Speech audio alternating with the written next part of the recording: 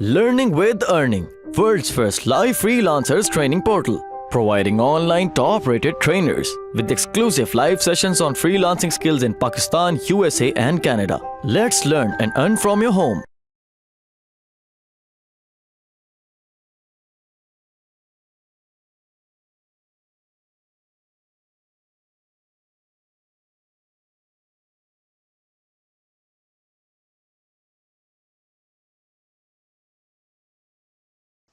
एक तो होती है स्टैटिक वेबसाइट। ठीक है, स्टैटिक वेबसाइट ऐसी होती है जिसके ऊपर एक दफा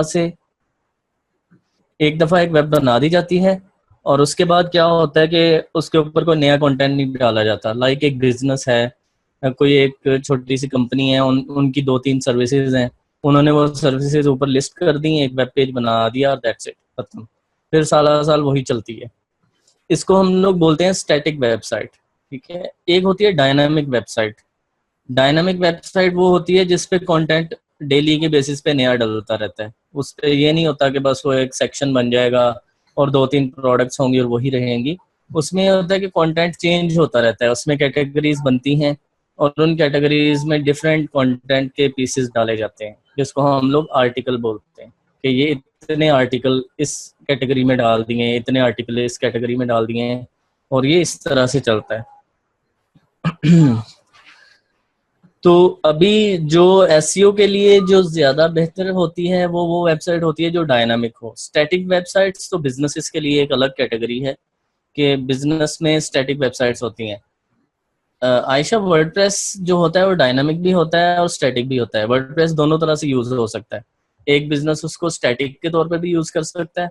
जब आप वर्डप्रेस की सेटिंग में जाओगे तो आप देखोगे वहां पर आपका लैंडिंग पेज की ऑप्शन होती है कि स्टैटिक पेज शो करना है या डायनामिक पोस्टिंग शो करनी है।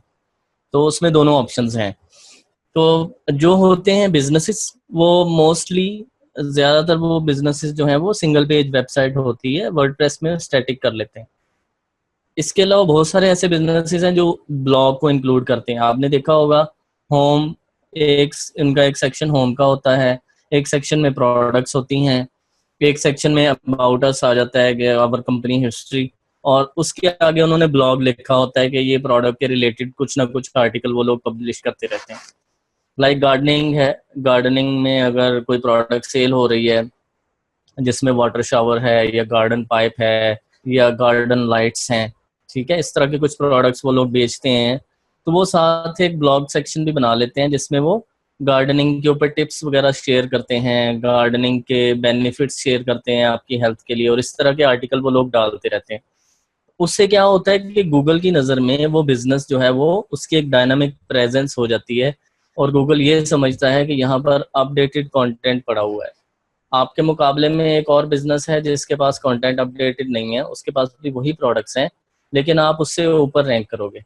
अगर आपके पास वाइड वैरायटी ऑफ कंटेंट है, वाइड वैरायटी ऑफ आर्टिकल्स हैं, तो गूगल की नज़र में आपकी जो अथॉरिटी है, जो रेपुटेशन है, वो ज़्यादा होगी as compare to the static website business holder.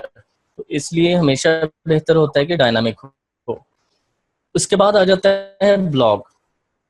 Normally जो इंटरनेट मार्केटिंग में और जो ऑनलाइन अर्निंग प्लेटफॉर्म, जो ऑनलाइन ऑनलाइन अर्निंग की जो दुनिया है जिसमें हम लोग जिंदा हैं पाकिस्तान में, स्पेशली पाकिस्तान में, उसमें वेबसाइट का कॉन्सेप्ट यही है, ब्लॉग पोस्ट करना, उसको रैंक करना, that is the complete model for everyone. लेकिन जब आप बिजनेस में जाएंगे, अगर किसी बिजनेस साइट के एसईओ करेंगे तो वहाँ पर ये मॉडल ये नहीं होता। वहाँ पर लिमिटेशंस होती हैं। बाज़ ऐसे कंपनीज होती हैं जो चाहती हैं कि हम लोग ब्लॉग एंटर नहीं कर सकते, हमारी पॉलिसी नहीं है, ठीक है, हमने ये चीज़ नहीं कर सकते। कुछ कंपनीज आपको बोलती हैं ठीक है हम लोग ब्लॉग एंटर कर सकते हैं, आप ब्लॉग एंटर करते हो, आप उनके कीवर्ड्स को इजीली रैंक कर देते हो। अगर वो ब्लॉग एंटर नहीं करते तो आप उनके वेबसाइट का जो डाटा है उसको पावरफुल करते हैं कि उसमें आप ज़्यादा से ज़्यादा रिलेटेड कंटेंट और सेमेंटिक कीवर्ड्स, एलएसआई जिसको मैं पहले बता चुका हूँ, और इस तरह की जो फ्रेजेस और वर्ड्स वगैरह आप इंजेक्ट करते हो ताकि उनकी ऑनलाइन प्रेजेंस गूगल की नज़र में थोड़ी बढ़ जाए। तो ये सीन होता है। वेबसाइट स्ट्रक्चर पे कहीं पे लिमिटेशन है, जहाँ जिस तरह से एक मेंटोर आपको यहाँ पे सिखा देगा, फर्ज करो मैं आपको एसईओ सिखा रहा हूँ या कोई और मेंटोर है, वो आपको सिखा देगा कि भाई आपने इस तरह से आर्टिकल लिखना है और इसमें 5 दफ़ा ये कीवर्ड रिपीट करना है, फिर उसके तुमने जाके बैकलिंकिंग शुरू कर देनी और रैंक हो जाओगे, ठीक है।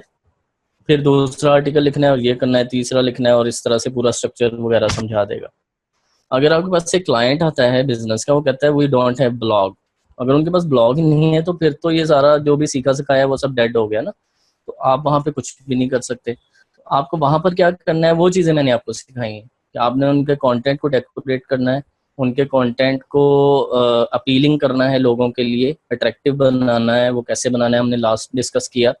उसके बाद आपने गूगल के लिए उसको ऑप्टिमाइज कैसे करना है कि आपने उसमें LSI कीवर्ड्स वगैरह डालने हैं और उसकी वो सारी ऑप्टिमाइजेशन करनी है ताकि वो गूगल में उसका एक्सपोजर बढ़ सके। जो ओल्ड एसईओ टेक्निक थी, 5-7 दफ़ा कीवर्ड रिपीट और वो नहीं काम करता, ठीक है, वो हम नहीं वो करेंगे।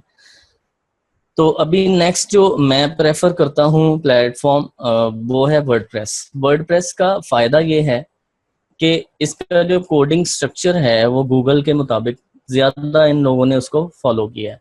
गूगल के अंदर स्ट्रक्चर डाटा टेस्टिंग टूल होता है, अगर मैं स्क्रीन शो कर सकूं।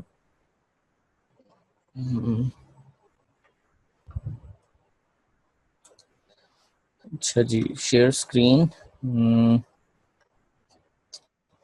1 मिनट।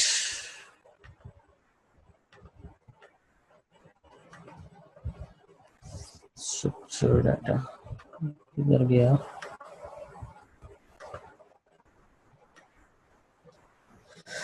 अच्छा जी, विजिबल है स्क्रीन? जी स्क्रीन विजिबल है। Okay fine, good. अच्छा जी, इसको नीचे करना।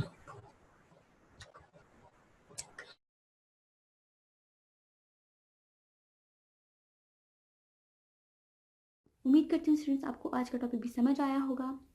जो चीज़ें आपने समझी हैं वो नोट्स की फॉर्म में भी अवेलेबल है। मेक श्योर आप ये वीडियो को बार बार रिप्ले करें जब तक आपके जहनों में डाउट्स क्लियर नहीं हो जाते।